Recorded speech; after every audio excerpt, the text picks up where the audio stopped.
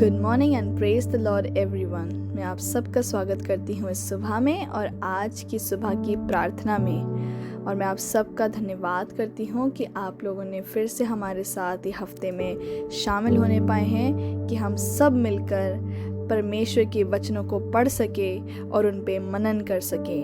और आज इसी तरीके से हम फिर से आज के वचन में चलेंगे जो कि लिया गया है नीति वचन की पुस्तक उसके 22वें बाब और उसकी 23वीं आयत से। Today's word has been taken from the book of Proverbs chapter 22 and verse 23, and it says, "For the Lord will plead their cause and plunder the soul of those who plunder them." Hindi में आयत कहती है, क्योंकि यहोवा उनका मुकदमा लड़ेगा और जो उनको लूटते हैं उनका प्राण छीन लेगा। हमारी ये वाली आयत हमारी पिछली वाली आयत के साथ चलती आ रही है, जो कि कहती थी कि किसी दरिद्र को इसलिए ना लूट कि वह दरिद्र है, ना ही किसी दुखी को कचहरी में piece.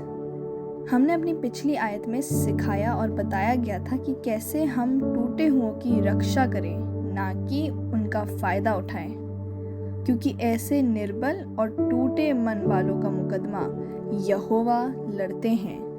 Our previous verse taught us about how we should protect and love those who are weak and do not hurt the one who is already hurting, because the Lord shall avenge these broken people and he will defend them against those who plunder them. यह आयत एक चेतावनी के तौर पे हमारे सामने प्रस्तुत की गई है कि कैसे एक सबसे कमज़ोर व्यक्ति के पास भी एक ऐसा हथियार है जिसके सामने कोई टिक नहीं सकता, और वो हथियार उन सब को गिरा देने के लिए तैयार है जो कमज़ोर को परेशान करता है। और वो हथियार हमारे यहोवा है। That our Lord is forever ready to fight for us and defend against those who misuse the poor and hurt the weak. People of God, never forget that the Lord is with us, and He is warning our enemies that those who plunder us, the Lord shall plunder them. आइए दुआ करें।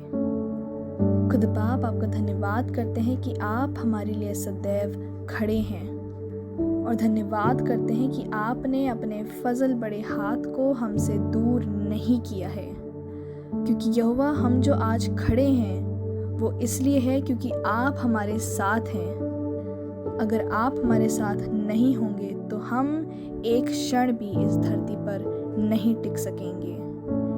एक पंछी के मानंद अपने पंखों से हमें ढांप लीजिए और संभालिए, क्योंकि हम आपके बिना कुछ भी नहीं हैं। पिता, सब चीज़ों का धन्यवाद करते हैं, एक एक वचन का धन्यवाद करते हैं और आज की सुबह का धन्यवाद करते हैं। हम सब बातों को आपके हाथों में सौंप देते हैं और इस दुआ को हम खुदावंद यीशु मसीह के नाम से होकर मांगते हैं। सुनिए और कबूल कीजिए।